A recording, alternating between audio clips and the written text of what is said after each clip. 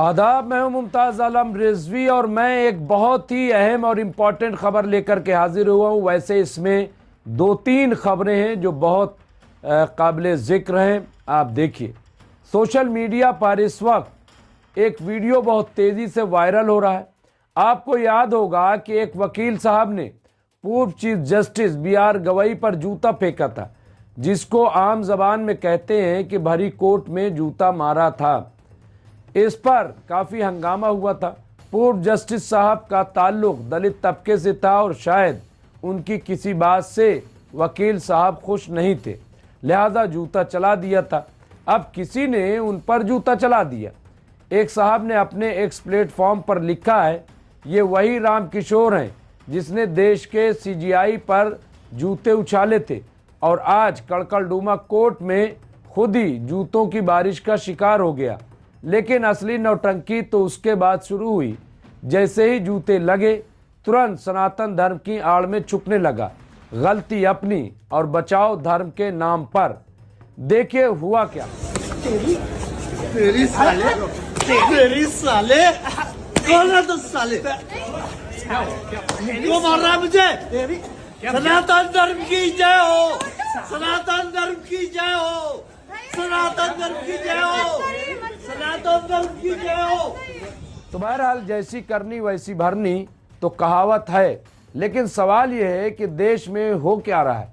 सोचिए, जिस देश में दलित चीफ जस्टिस पर जूता उछाला जाए और जूता उछालने वाला घूम रहा हो कुल्लम कुल्ला, तो क्या होगा।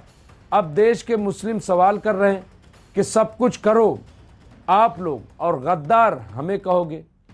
अब जब बात हो रही है तो एक बड़ी अच्छी खबर भी दिखाता चलो। वज़ीर आला उत्तर प्रदेश योगी आदित्यनाथ के एक्स प्लेटफॉर्म पर एक वीडियो और ख़बर को शेयर किया गया है, जो बहुत ही प्यारा वीडियो है, बहुत अच्छी खबर है। उसमें लिखा है, माननीय राष्ट्रपति श्रीमती द्रौपदी मुर्मू जी द्वारा आज नई दिल्ली में राष्ट्रीय हस्तशिल्प पुरस्कार के अंतर्गत सहारनपुर उत्तर प्रदेश के श्री मोहम्मद दिलशाद जी को wood carving centre table of शीशम वुड श्रेणी में शिल्प गुरु पुरस्कार 2024 से सम्मानित होने पर हार्दिक बधाई। अत्यंत सूक्ष्म नक्काशी से निर्मित अपनी कृति के माध्यम से आपने राज्य की बहुमूल्य हस्तशिल्प परंपरा को राष्ट्रीय पहचान दिलाने में अतुल्य योगदान दिया है। आपके उज्जवल भविष्य हेतु अनेक मंगल कामनाएं।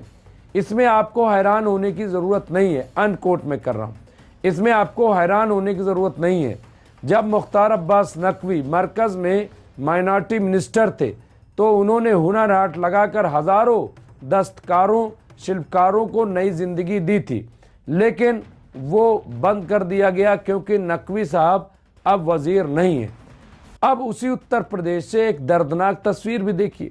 मारूफ सहाफ़ी वसीम अकरम त्यागी ने दर्दनाक पिक्चर पोस्ट करते हुए लिखा है, यूपी के बुलंदशहर में फेरी लगाकर गुजारा करने वाले यूसुफ की पीट पीट कर जान ले ली गई। यूसुफ अपनी पत्नी शकीला और 5 बच्चों के साथ रहते थे और पिछले 15 वर्षों से गांव-गांव में आर्टिफिशियल ज्वेलरी बेचकर अपना परिवार पाल रहे थे। रविवार को यूसुफ जब भीमपुर दोराहा पर थे, तभी 2-3 लोगों ने उनके साथ मारपीट की, जिससे वो गंभीर रूप से घायल हो गए। बाद में अस्पताल में इलाज के दौरान उनकी मौत हो गई। इस मामले में चौगानपुर निवासी राजेंद्र वर्मा और भीमपुर निवासी भरत को गिरफ्तार किया गया है। यूपी में सरकार द्वारा बुलडोजर चलाने और पुलिस द्वारा टांग में गोली मारने का चलन है, लेकिन मजाल भला के मुसलमानों के खिलाफ हेट क्राइम करने वालों पर बुलडोजर चलाओ। मजाल भला कि मुसलमानों के खिलाफ हेट क्राइम करने वालों की टांग में पुलिस ने गोली मारी हो, उनका जुलूस निकाला हो। मालूम नहीं, अनकोड, मालूम नहीं कि क्या हो रहा है, लेकिन अच्छा तो नहीं हो रहा है। सियासत कीजिए, लेकिन ऐसी न कीजिए कि देश का सत्यानाश हो जाए।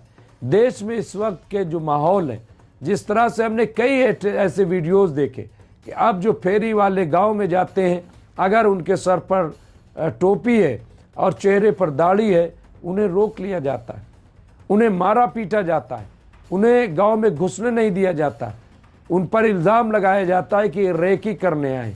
पहले ये रेकी करेंगे, उसके बाद फिर यहाँ अपना कारोबार करेंगे या यहाँ पे क्राइम करेंगे, आतंकवाद फैलाएंगे। ये नफ़रत फैलाई जा रही जगह जगह। आप देखिए कि जो मुस्लिम कारोबारी हैं उनके यहाँ कोई भी पहुँच जाता है, कोई बजरंग दल बताएगा, कोई वीएचपी बताएगा, कोई आरएसएस बताएगा, कोई कुछ बता करके और उनसे प्रमाण पत्र मांगे जाने लगता है। उनसे कहते हैं सर्टिफिकेट दिखाओ, कागज़ दिखाओ, ये दिखाओ, वो दिखाओ। एक पूरा धंधा चल पड़ा। क्या वाकई बीजेपी सरकार ने इन नौजवानों को रोज़गार पे लगा दिया है? क्या वाकई ये नौकरी पे किस तरह से तुम लोगों को परेशान करो और हम तुम्हें इसके बदले में सैलरी देंगे? ये देश में क्या हो रहा है? हो क्या रहा है? किस तरह के हालात पैदा किए जा रहे हैं? और ये घटनाएं बार बार आ रही। अब जब मौलाना महमूद असद मदनी जो सदर जमीयत उलमा हिंद, अब जब उन्होंने कहा जुल्म की बात, तो हंगामा मच गया कि भाई जुल्म की बात क्यों कर रहे हो? जुल्म कहाँ हो रहा है? यहाँ तो बहुत सब महफूज हैं, जुल्म तो दूसरी जगह हो रहा है। लेकिन ये जो मॉब लिंचिंग हो रही, ये जिस तरह के हालात हैं, मुल्क का मुसलमान या खुद जमीयत ने नहीं कहा कि मुसलमान यहाँ जिहाद करने जा रहा है, लेकिन उन्होंने एक टर्मोलॉजी इस्तेमाल की कि जब जब जुल्म होगा तब तब जिहाद होगा, जब जब जुल्म होगा तब तब जिहाद होगा। ये उन्होंने दोहरा दिया। इस पे हंगामा मच गया, लेकिन कोई इस पर चर्चा नहीं कर रहा है कि जुल्म क्यों होगा, जुल्म कोई क्यों करेगा। भाई सरकार तो अदालत कायम करने के लिए है ना, इंसाफ देने के लिए सरकार है। सरकार जुल्म करने के लिए तो है नहीं। अब कह रहे हैं कि साहब जुल्म होगा तो जेल में जाएंगे, तो जेल कहाँ हो रही है, कैसे हो रही है? जेल होनी चाहिए।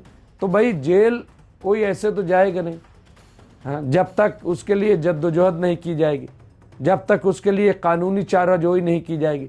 ये तमाम चीज़ें, तमाम तस्वीरें हैं। मैं समझता हूँ कि देश जो है वो कम से कम इस तरह का माहौल न बनाए।